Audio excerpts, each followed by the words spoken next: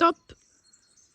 Rebonjour à tous, voilà donc une autre vidéo que j'ai l'honneur de pouvoir tourner en compagnie de mon ami Raphaël Colici, qu'on est venu rencontrer cette semaine suite et pendant la sortie du film Hold Out. Et je voudrais te poser une question toute simple au fond, Raphaël. Toi qui es dans ce terrain que tu as transformé en Éden, je rappelle qu'au départ c'était un terrain caillouteux, il y a plus de 20 ans en arrière, tu as transformé en Éden, et ça c'est moi qui le dis parce que je le vois tout simplement, de même que tous les gens qui viennent ici à Oléa Terme te rendre visite. Au fond, durant ces dernières 20 ans, 20 années, que dirais-tu du message que nous adresse la Terre?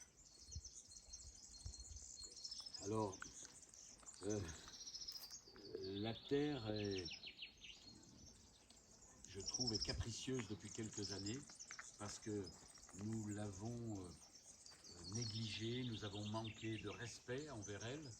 Et donc, voilà, le climat change, nous avons des excès de sécheresse, des excès d'eau qui ont le même effet destructeur. Et, et donc, cette nature qui paraît accueillante comme ça, eh bien, Il faut la dompter. et oui, mais c'est ce que j'ai essayé de faire, mais voilà, c'était pas la bonne solution. Il faut bien sûr, à chaque fois qu'il y a une difficulté, faire avec. Mais la difficulté était quand même de taille, puisque toi tu dis que c'était caillouteux, malgré qu'on ait enlevé des centaines de tonnes de cailloux. Ici, ce sont des carrières de pierre. La roche-mère est toujours là. Elle est toujours là et elle empêche mes arbres de se développer. Et donc, il faut vraiment trouver des solutions pour amener des nutriments d'une autre façon, amener une dynamique de vie dans ce sol. Et, et donc, nous y sommes arrivés puisque nous avons de très belles récoltes. Et eh bien, on a favorisé les micro-organismes. Il n'y avait pas de matière organique, donc on a mis pas mal de déchets de production, puisqu'on produit des oliviers, on produit donc de l'huile d'olive, il y a des déchets, il y a plus de 80% de déchets dans l'olive, c'est pareil pour le raisin. Ensuite, nous avons mis des vieux fumiers que les gens ne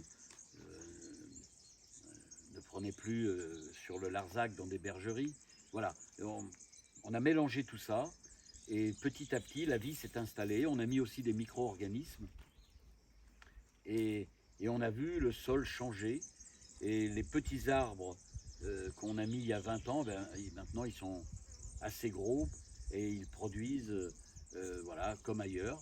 Ce que je voudrais te dire, c'est que malgré les difficultés, parce que tout le monde nous a dit ça ne poussera jamais, je parle pas de ragots, hein, je parle de scientifiques et de techniciens agricoles qui sont venus, ils nous ont dit non, non, vous ne pouvez pas vous installer là, il n'y a pas de matière organique. Et puis la roche-mère est à 40 cm, parfois même à 20 cm. Et donc, eh bien, moi, ça m'a appris l'humilité, parce qu'au début, je voulais, avec des engins, tout casser, mais c'est les engins qui se cassaient.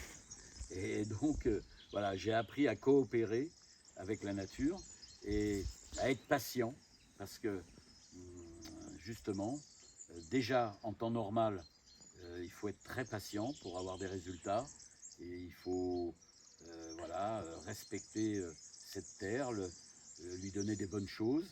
Et, et là, la difficulté supplémentaire, c'est ces changements de, voilà, ce manque d'eau, ce trop d'eau, ces vents violents,